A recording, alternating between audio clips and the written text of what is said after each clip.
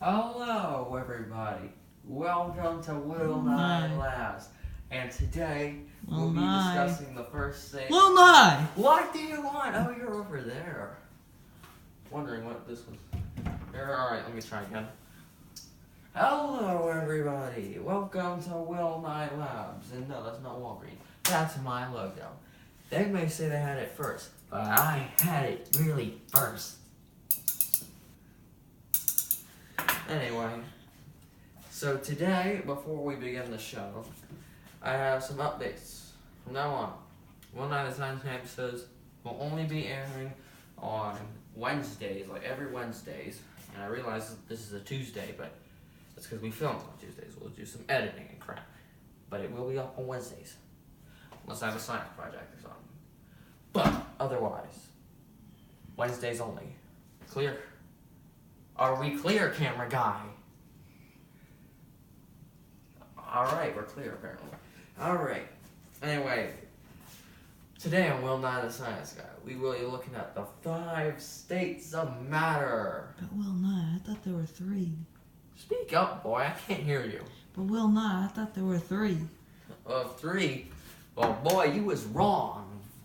And I can't emphasize how wrong you were. Because I'm not going to count them yet, but don't talk.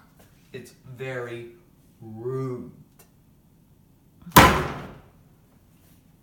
Sorry for that, audience. Idiots love to talk back here. So anyway, before I was so rudely interrupted, most commonly mistaken, there are 3, maybe even 4. But no, there are 5. Sometimes 7 if you want to go that far, but those 7 are theoretical. We're not going to talk about them today. Hey! Anyway, the first state of matter we will look at today, Will Nye Labs, are solids, and most of y'all probably know what that is, right? So most of y'all, you know, solids are the real hard things that you can touch without your hand going through it, or evaporating, or freezing, which, yes, are actually things. Lost my place. Not really. That's called good acting. Anyway, so here, got many pieces of ice, but here's the random one I picked up. This ice cube, it's cold. This ice cube is water, believe it or not. Pause for effect. Now, this ice cube is water, as you can probably tell. I don't know if it'll show it on the video, but I'll squeeze it a little bit and do all that. And you can tell it is melting. It is melting and becoming actual regular water. Yeah, it's wet. And when it comes to solids, really the thing is not liquid. It's pretty obvious. But when you have an ice cube, water is just like, well, it's hard to explain. No, it's not. That's also good acting. Water atoms have expanded in ice cubes. They've gone from being like this to being like this. Really big and thick, y'all. Why are you looking at me like that, cameraman? That's not funny. Anyway, so, yeah. So you got all these water atoms, but that's unusual. Because when you usually have liquids usually contract into to a solid. And to explain it, I will do it with a different thing. Take this chocolate here. It's actually a Butterfinger. Anyway, got this chocolate. So, when it is heated, it will become a liquid. So I don't have time to heat it. So before I made this video, I heated this. This isn't really liquid anymore, but it was. Stop too close, cameraman. Anyway, I was supposed to say liquid. Oh well. So this, like before, it was this, but then it expanded into liquid, bigger pool. Pretty obvious, I would think.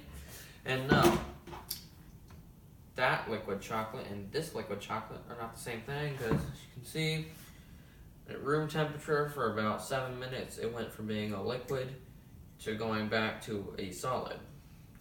Well, this has been sitting at room temperature the entire time, as you won't be able to see right now, but if I squirt it next to it, that is liquid. But well, now the science guy, what do you use that liquid for? Stupid question. I know this isn't science, but it's mainly you take milk and then you take a liquid chocolate, not the hard kind, but this kind, and you stir it. That's a chemical reaction. We'll get to that later. I don't care if I'm spilling this.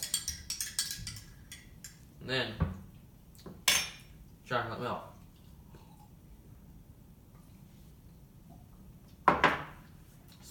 Chocolate milk does not sponsor me.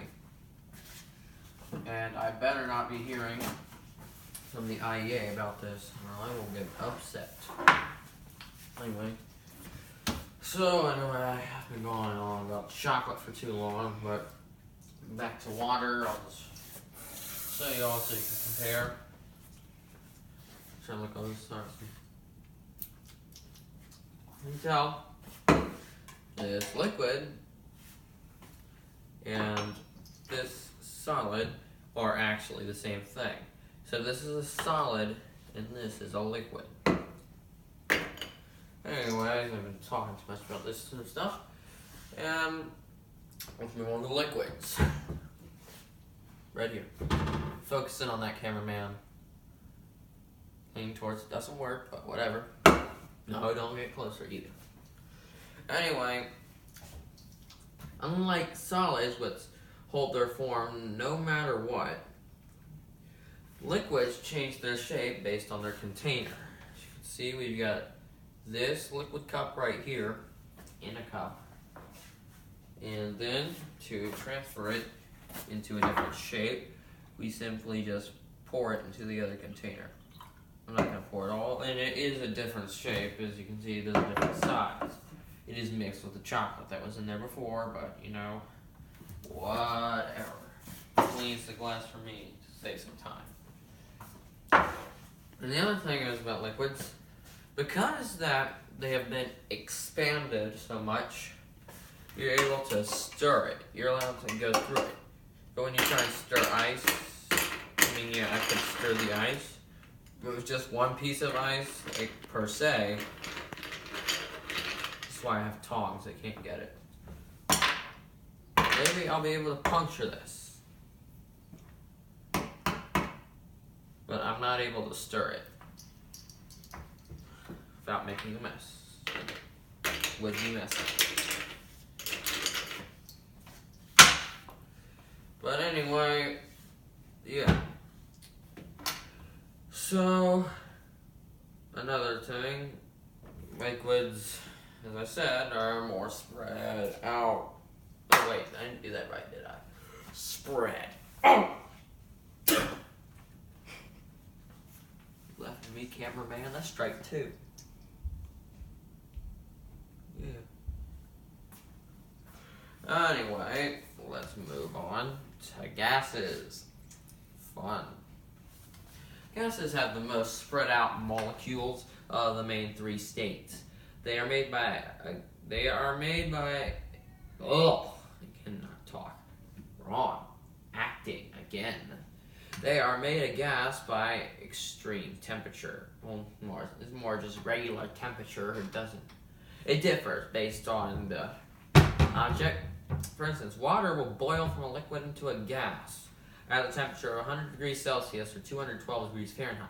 However, a substance such as iron, a spoon of steel, but you get the idea, iron will take a whopping 2,862 degrees Celsius or 5,184 degrees Fahrenheit, which is spelled Fahrenheit, to make it into a gas. If you want an example of a gas, look right in front of you. Is all this stuff you can put your hands through, because molecules are spread out. We're clear on that? You need to nod more. Are you nodding? Are you? Yeah, there we go. That's how you nod, by the way. Anyway, so sorry for all those idiots watching, but it's gas. It's not nothing. In space, that's nothing. But in this is air. Get a grasp on it, pull it down, and get a good look at it, and then you just might be able to see. So next we gotta move on to plasma. But Will Nye, what is plasma? Oh, I can't hear you. But Will Nye, what is plasma? Plasma.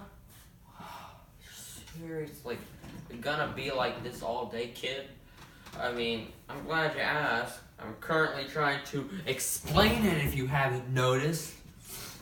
Am I gonna have to get the knife out again now? Don't do this, alright? Don't do it.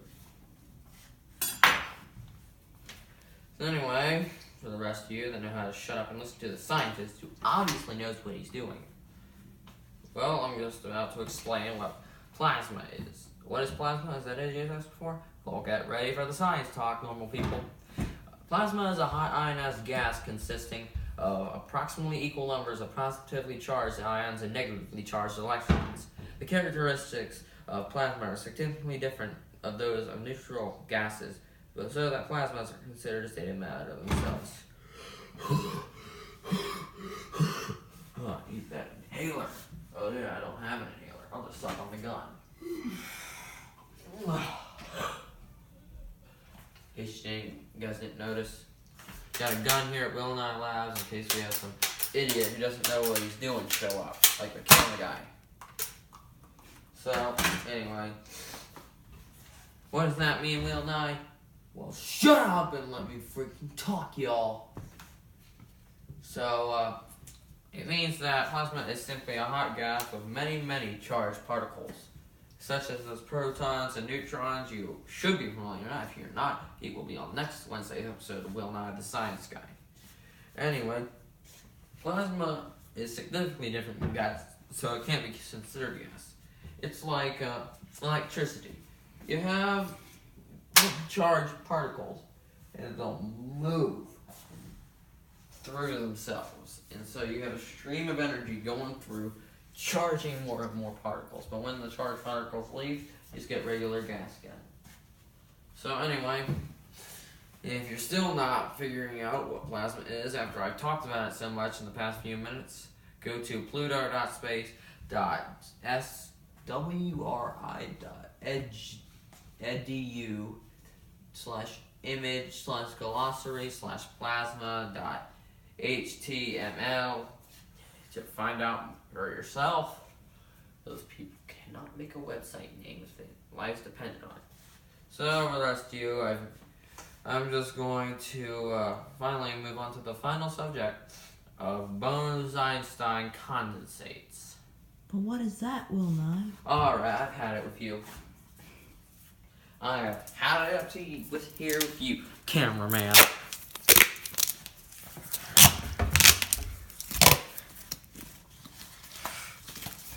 That is enough of that. Let's try and talk now, Mr. Muffle. Yeah, that's more like it. Oh, prove my duct tape too. Just while you're at it. Why don't you? was not on purpose that time. That's not acting. That was just clumsiness. Alright. Bose-Einstein Condensates. I'm going to try and avoid this science talk here. Gosh. Ooh, I almost said something bad. Nobody heard that. No, I didn't say it.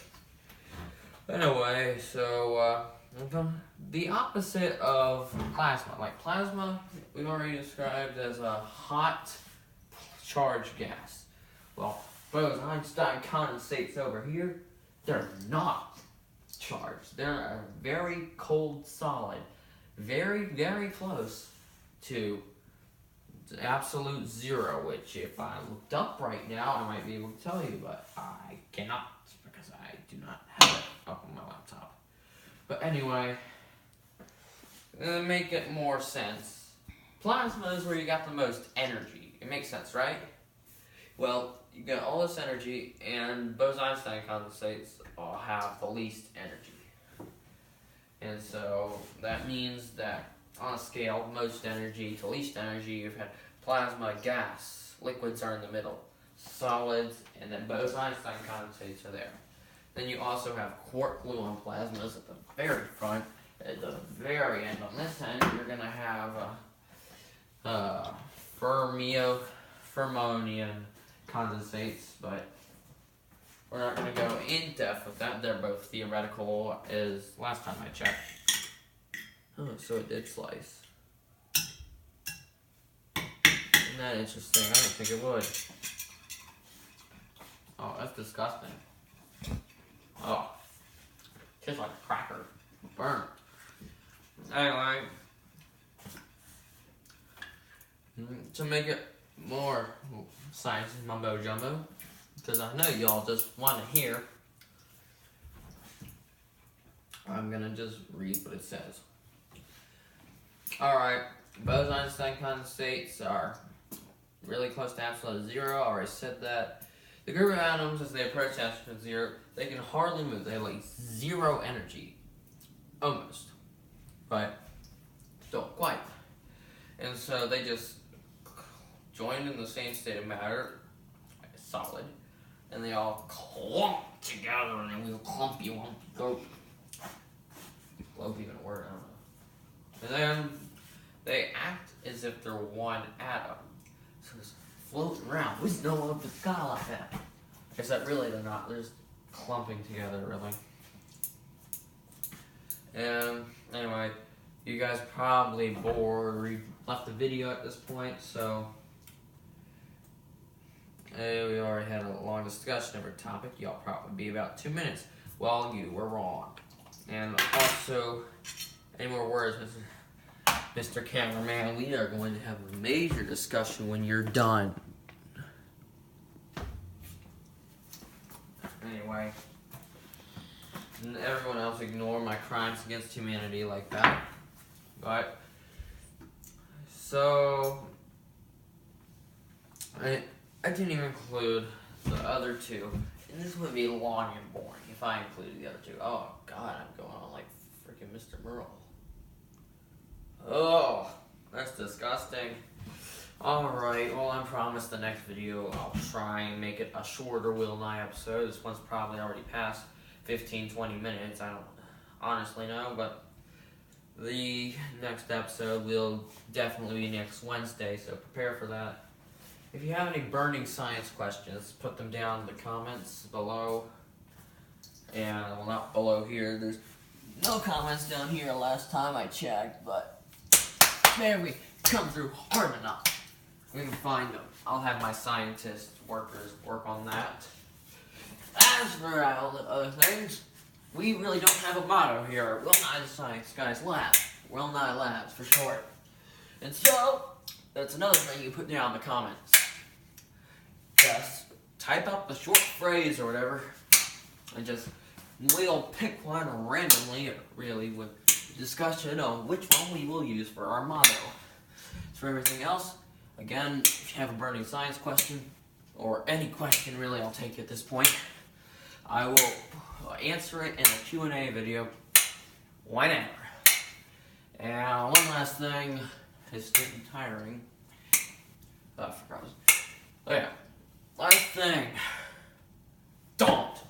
try this at home.